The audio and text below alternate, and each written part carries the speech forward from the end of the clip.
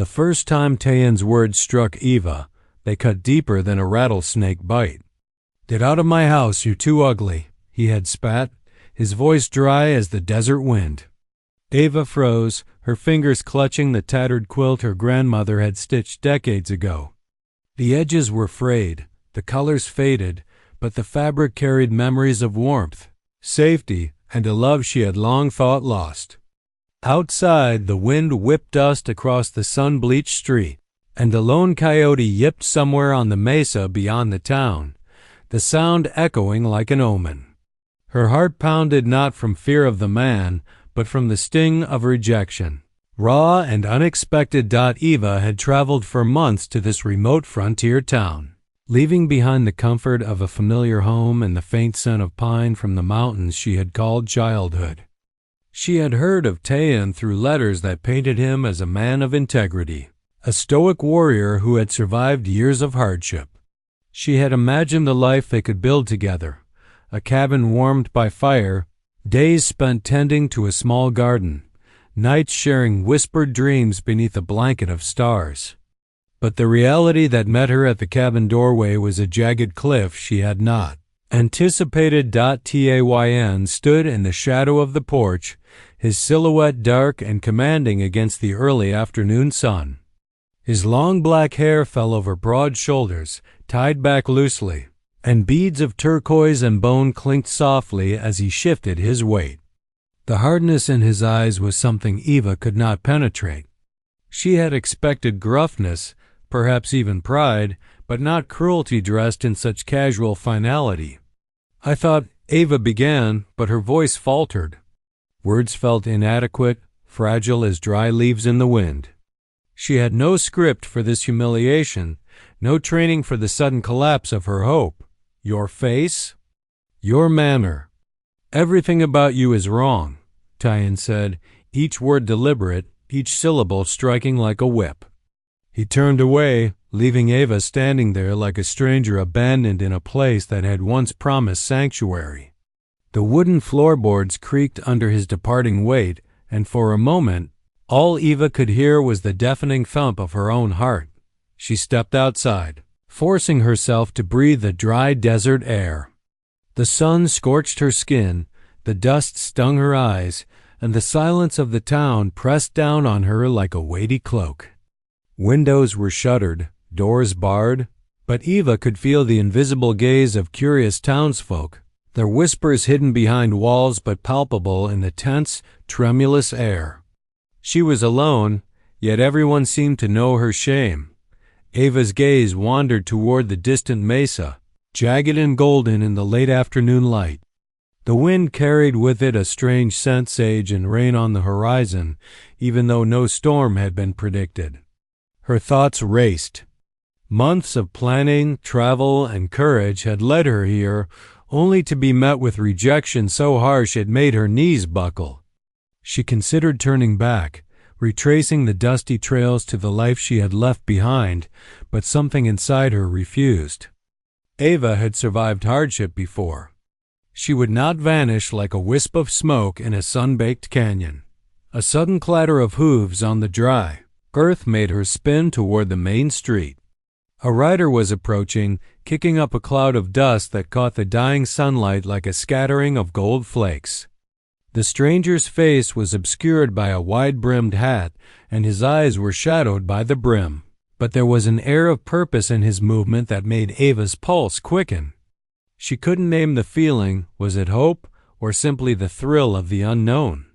But in that moment, she knew one thing. The story of this town, of Tayan, and of herself, was far from over. As the rider drew closer, Eva felt a strange resolve bloom within her chest, sharp and insistent. She would not run. She would not cry. And she would not disappear quietly into the dust. The wind tugged at her hair. The sun painted her skin in harsh golds and reds. And in the distance, the coyote's call rose again, mournful and wild. Evangeline Harper, 30 years old, alone in a town that had already judged her, took a deep breath and stepped forward toward the cabin, toward Tayan, toward the storm that had just begun to gather between them. Whatever happened next, she would not be broken. Not today. Not ever. By sunrise, the desert was a palette of gold and rose, the mesas etched sharply against the soft morning sky. Eva Harper rode her weary horse along a narrow trail, the tattered quilt from the cabin draped over her saddle. Her muscles ached from the previous day's humiliation, and her heart still throbbed from the sting of Tayan's words. Yet, beneath the weight of rejection, a spark of defiance kindled. She would not vanish quietly. If the frontier had taught her anything, it was that survival required courage and sometimes audacity. The wind carried the scent of sagebrush and dry earth, tinged faintly with smoke from distant chimneys. Eva's gaze swept over the rugged mesas rising like jagged crowns from the flat desert. Somewhere in those towering rocks, hidden from the judgmental eyes of the town, lay secrets older than any settler's cabin.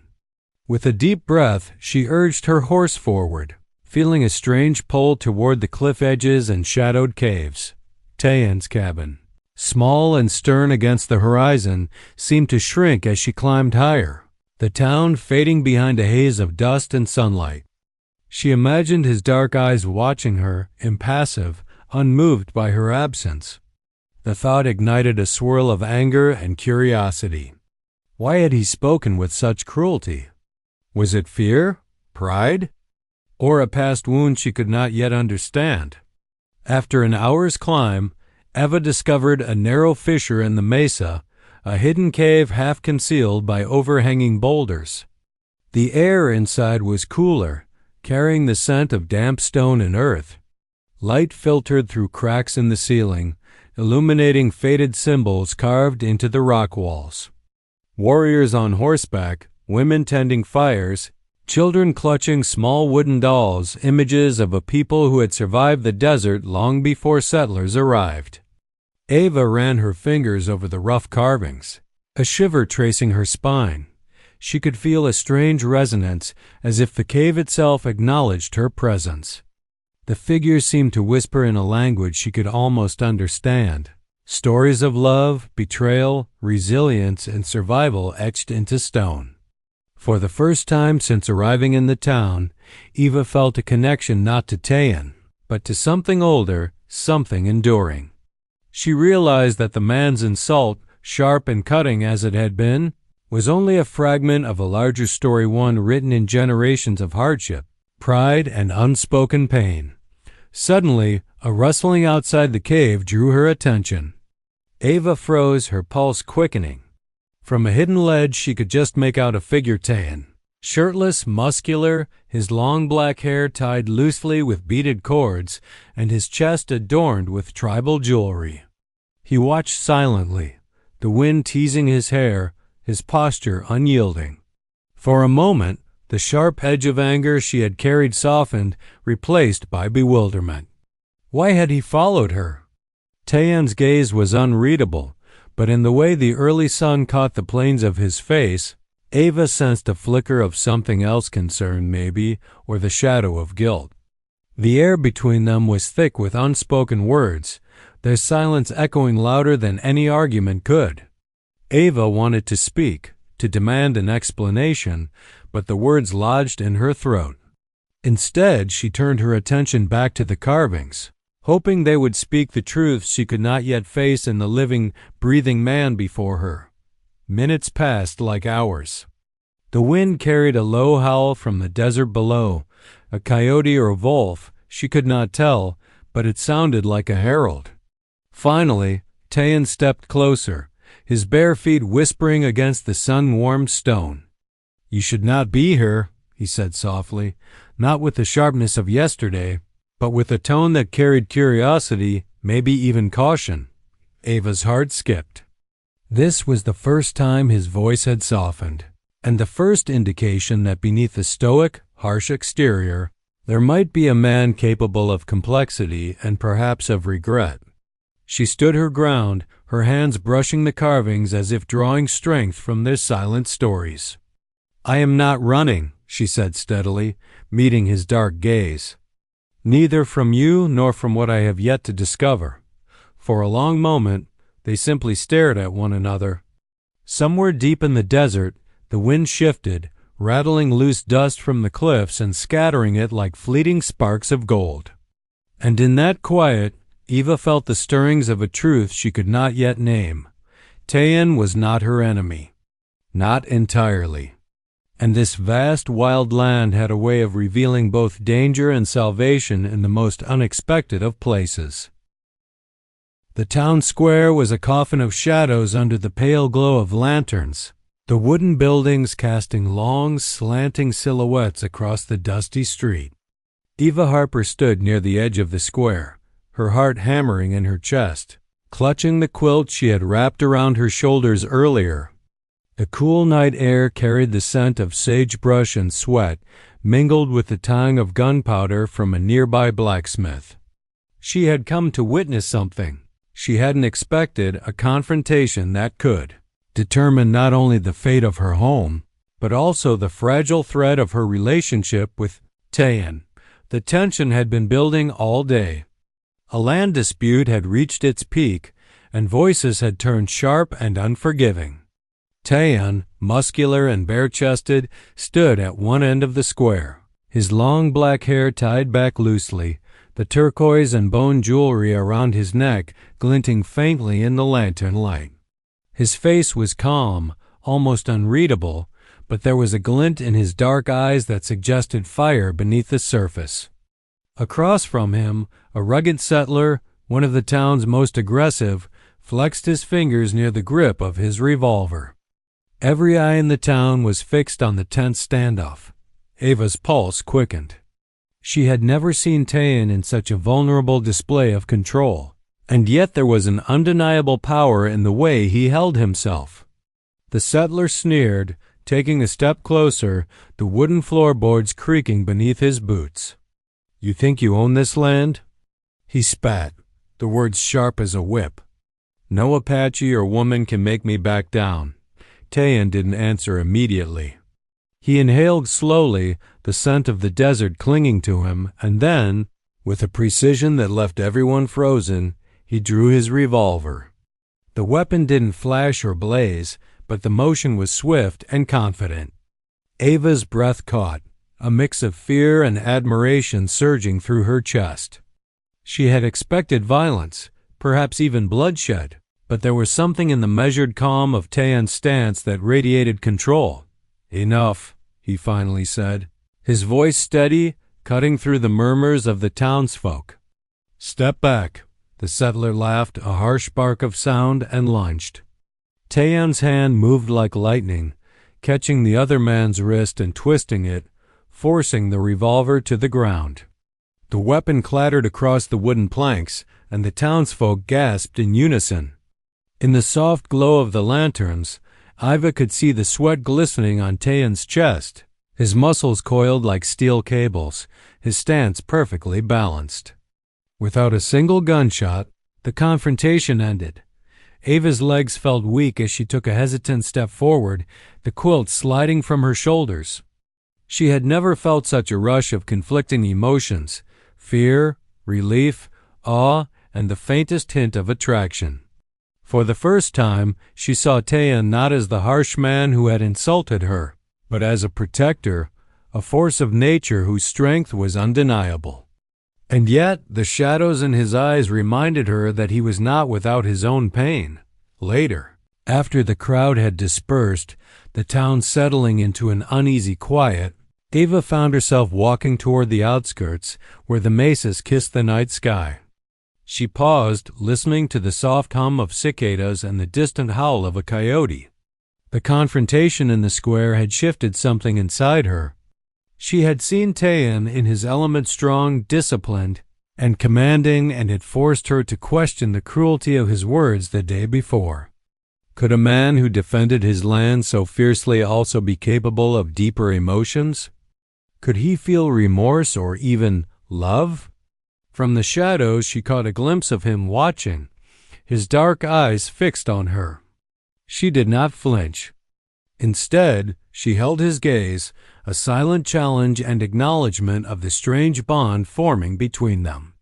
The desert around them seemed to hold its breath, the wind whispering secrets through the sagebrush. And Eva felt a thrill she could not name. That night, as she lay in the small cabin, quilt wrapped tightly around her, she replayed every moment in her mind. Tayan's calm control, the unspoken respect between them, and the raw energy of the confrontation haunted her in the best possible way. She understood finally that the man who had insulted her might also be the one who could protect, challenge, and change her life in ways she had never imagined. Outside, the wind carried a faint scent of rain on the horizon. The mesas, bathed in moonlight, seemed to promise that nothing in the desert was ever truly settled, not land, not grudges, and certainly not matters of the heart. Evangeline Harper closed her eyes, letting sleep creep in, knowing that tomorrow everything would be different. Morning arrived with the brittle light spilling across the town like powdered gold. Eva Harper stepped out of the cabin, her boots crunching against the dry, cracked earth. The events of the previous night, the standoff, Tayan's calm dominance, the hushed awe of the townsfolk still churned in her mind. She wrapped the tattered quilt tighter around her shoulders, but this time it felt more like armor than comfort. Today, she needed to discover something more. Not just about the town, not just about Tayan, but about herself and the strange destiny that seemed to tether them. Both. Eva rode her horse along the dusty outskirts of the settlement, past the wind-bleached fences and abandoned corrals, where tumbleweeds clung stubbornly to the fence posts. The air was dry, scented faintly with sagebrush and the faint coppery tang of old iron. Her gaze roamed over the mesas, still bathed in the soft blush of morning light. It was here, beyond the gossiping eyes of the townsfolk, that secrets could be found. After several miles, she stumbled across a forgotten homestead hidden by the rise of a low hill. The wooden planks of the cabin were warped and bleached by the sun, the roof sagging as though burdened with years of neglect. Eva dismounted and approached cautiously. Inside, dust motes floated in the sunlight streaming through broken windows, and the smell of damp wood and mildew greeted her like an old memory. The cabin had been abandoned for decades, yet something drew her here as if it had been waiting for her arrival. Her fingers brushed against the edge of a battered wooden chest in the corner. Opening it revealed a collection of papers, a few small trinkets, and a journal bound in cracked leather. Eva's breath caught. The journal was filled with sketches of the town and its people, some recognizable, some long gone. And then her eyes widened there, in delicate pencil strokes, was the portrait of a woman who bore an uncanny resemblance to her. Eva carefully turned the pages. The handwriting was neat, yet hurried in places, as though the writer had been pressed by urgency or fear. The last entry read, "Some wounds cannot be seen, but they shape us all. The land remembers, even when people forget. Beware the silence. It carries more truth than words." Her pulse quickened. Could this be connected to Tayan? Or perhaps his family? Something deep in her chest tightened, a strange mix of anticipation and dread. She traced the sketches with her fingers, marveling at the detailed renderings of the mesas, the town streets, and people she had met or would meet in the coming weeks. Each drawing seemed to whisper a story of its own, one of survival, secrecy, and unspoken struggles. The journal carried the scent of old paper and time, and Eva felt a shiver of recognition, as though the hands that had drawn these images were reaching out to her across the years. Footsteps echoed on the dry earth outside, sharp and deliberate. Eva froze, instinctively pressing the journal to her chest. She peeked through a cracked window and saw Tayan, muscular and bare-chested, the sunlight glinting off his tribal jewelry. His long black hair moved with the wind, and his dark eyes scanned the cabin with an intensity that made her stomach twist. Unlike yesterday, there was no anger in his gaze. Instead, there was curiosity, a shadow of concern, and perhaps the faintest trace of respect. Tayan stepped closer, cautious but unyielding, and spoke in a low, controlled voice. "This place. It has secrets. Be careful what you touch." Ava's hands trembled slightly, not from fear, but from the thrill of discovery. "I can handle it," she replied, meeting his gaze. "I want to know the truth." Whatever it is, for a moment, the world seemed to pause. The wind shifted, carrying the faint scent of rain from distant hills. Dust stirred at their feet, catching the sunlight like fleeting sparks. Ava realized with a strange clarity that Tayan was no longer just the harsh man who had insulted her. He was a guardian, a gatekeeper to histories and secrets older than either of them. And in this quiet, forgotten cabin, amidst the scent of dust and time, a fragile understanding began to form, a connection that might lead to something neither had anticipated. Trust. Eva took a deep breath, glancing back at the journal one last time. "Whatever it takes," she said softly. "I'll see this through." Tayan's eyes softened ever so slightly, just enough for her to see that beneath the stoic exterior lay a man grappling with his own shadows. And somewhere in the dust of the desert, the past and present began to intertwine, pulling Eva and Tayan toward truths that would change the town and their lives forever. By late afternoon, a restless wind had begun to whip across the mesas, carrying with it the scent of rain from distant hills. The town, normally dusty and lethargic in the heat, seemed to hold its breath. Eva Harper stood near the edge of the bluff outside Tayan's cabin, her boots gripping the dry, cracked soil, hair whipping across her face.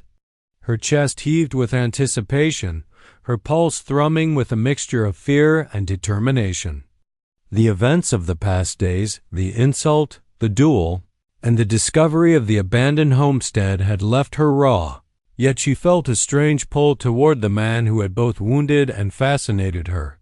Tayan emerged from the cabin, bare-chested, the muscles of his arms and shoulders gleaming under the darkening sky.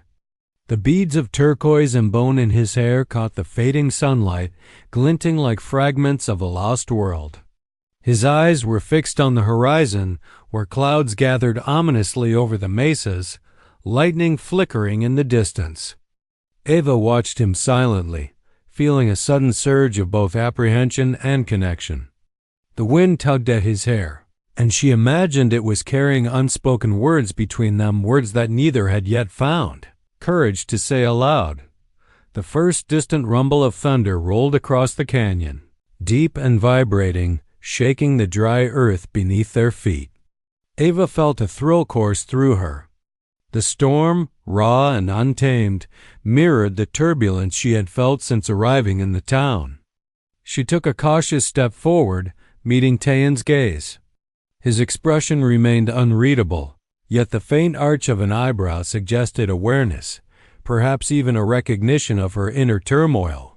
Without a word, Tayan extended his hand. Ava hesitated, then reached out, her fingers brushing his calloused palm. The contact was electric, a shock of warmth and tension that left them both momentarily still.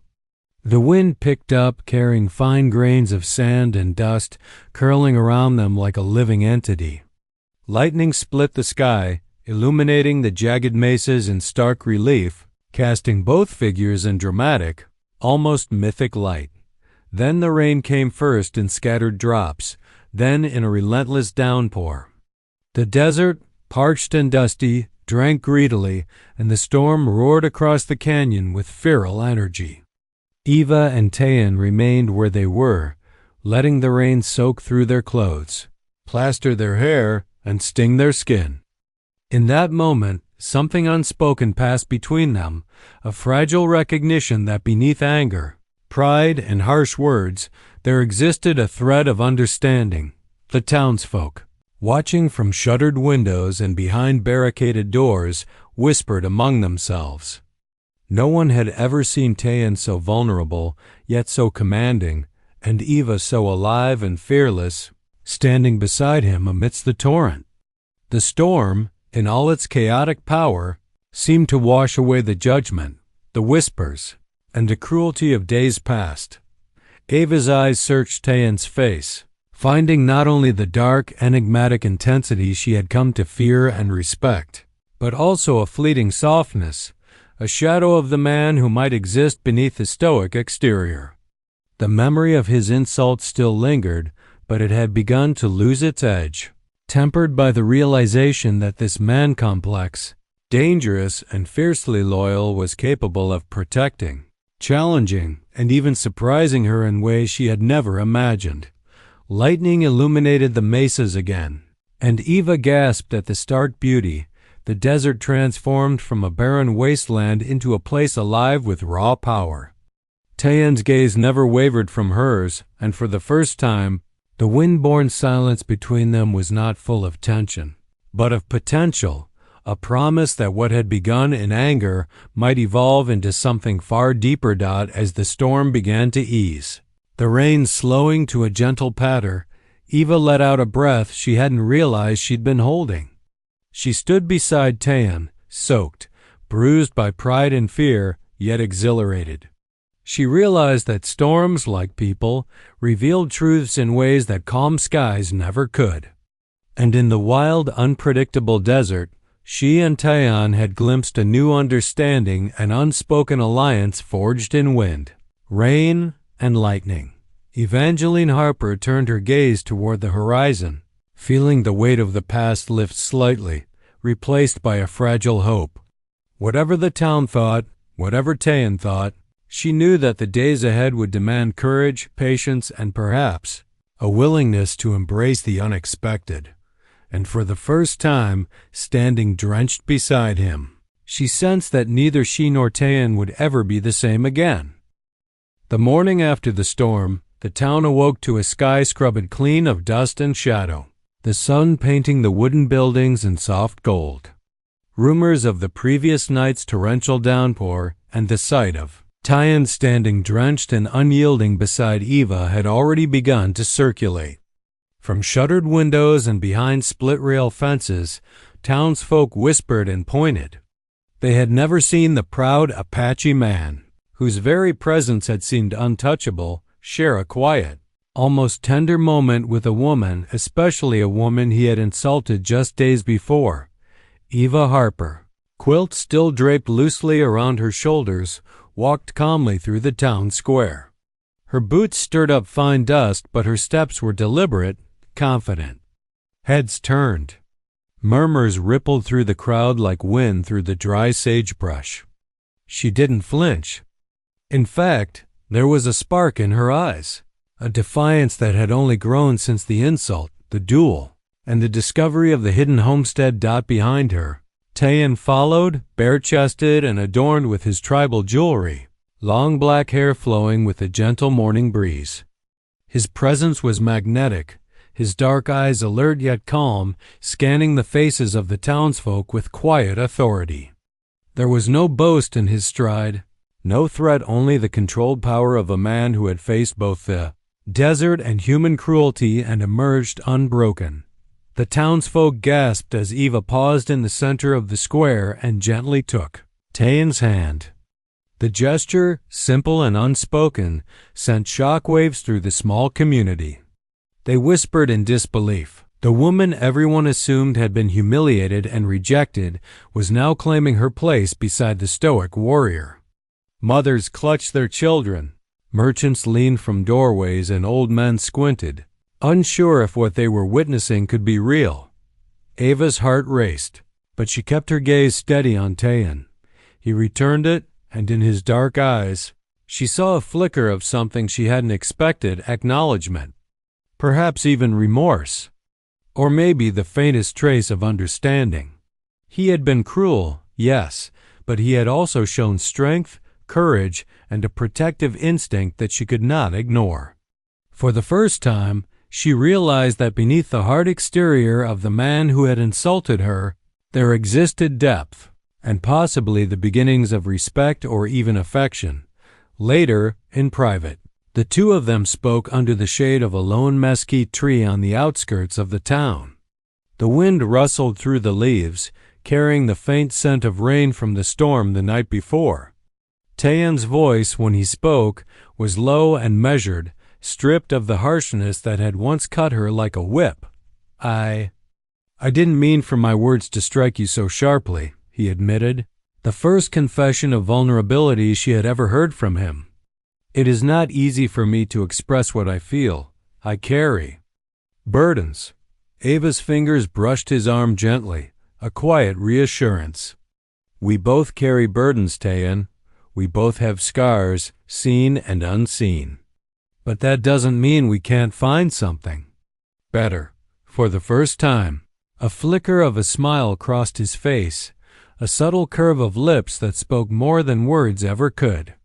The tension between them, the bitter edges of pride and past misunderstanding, softened just enough to allow the beginnings of trust. The townsfolk, meanwhile, could not stop talking. By mid-afternoon, they had gathered outside the Harper cabin, their curiosity and disbelief palpable. Through the open windows they saw Eva and Tayan moving together in quiet harmony, stacking firewood, tending a small garden patch, and sharing silent gestures of understanding.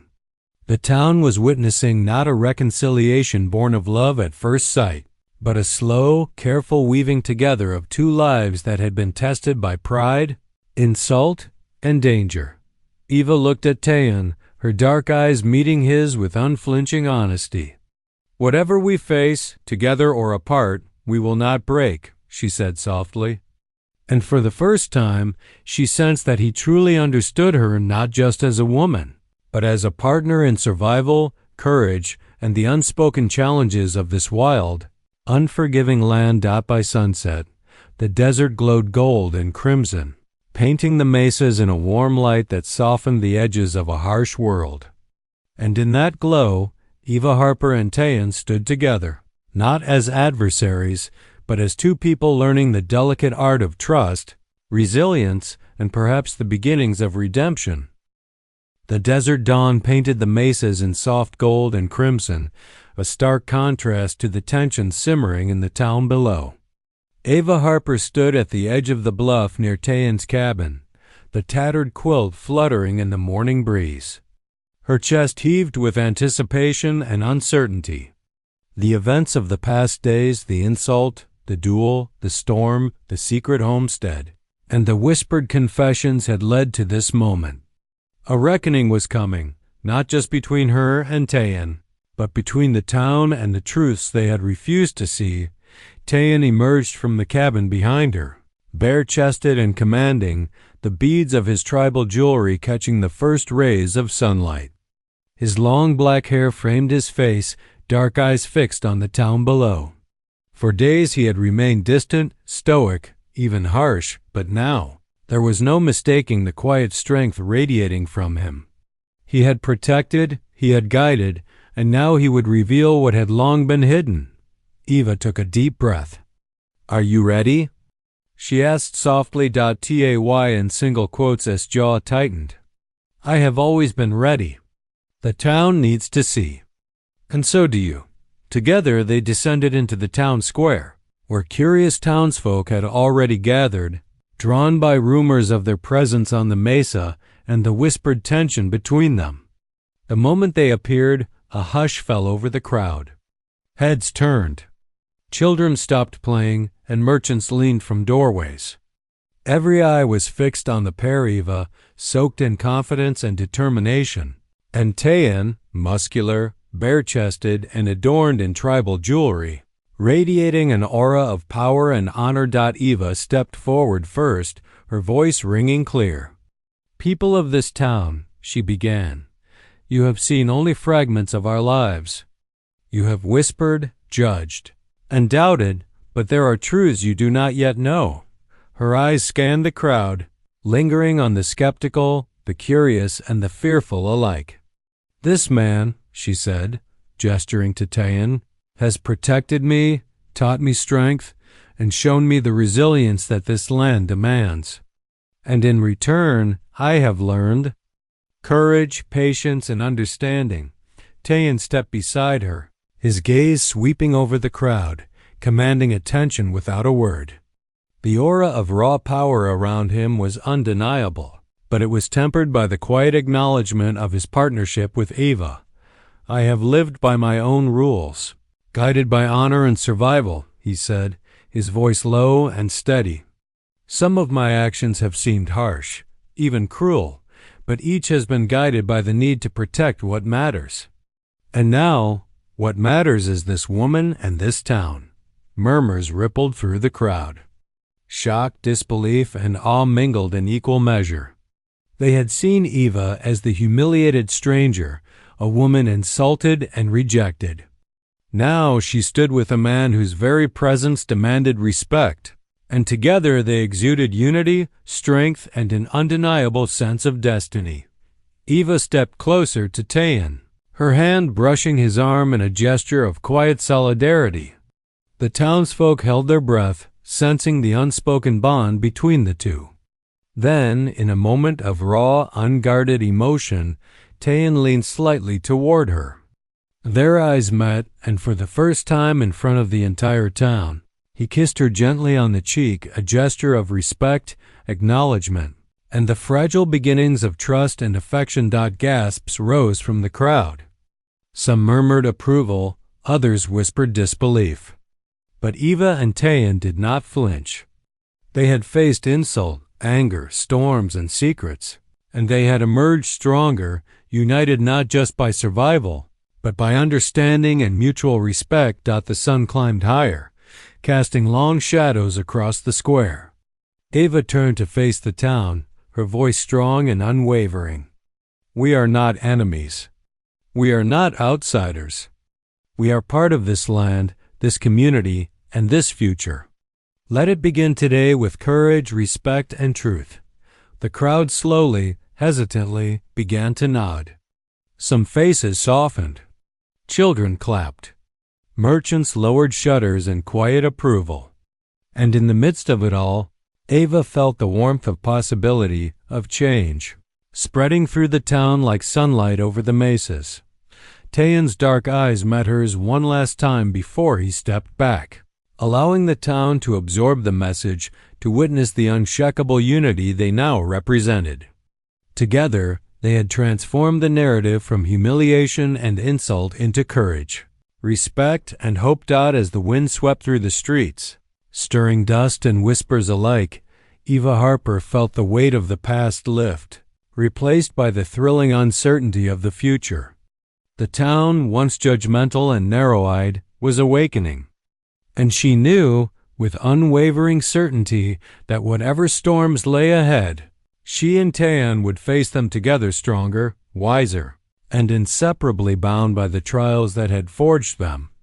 The desert sun bathed the mesas in gold as the town slowly began to stir, marking the dawn of a new era.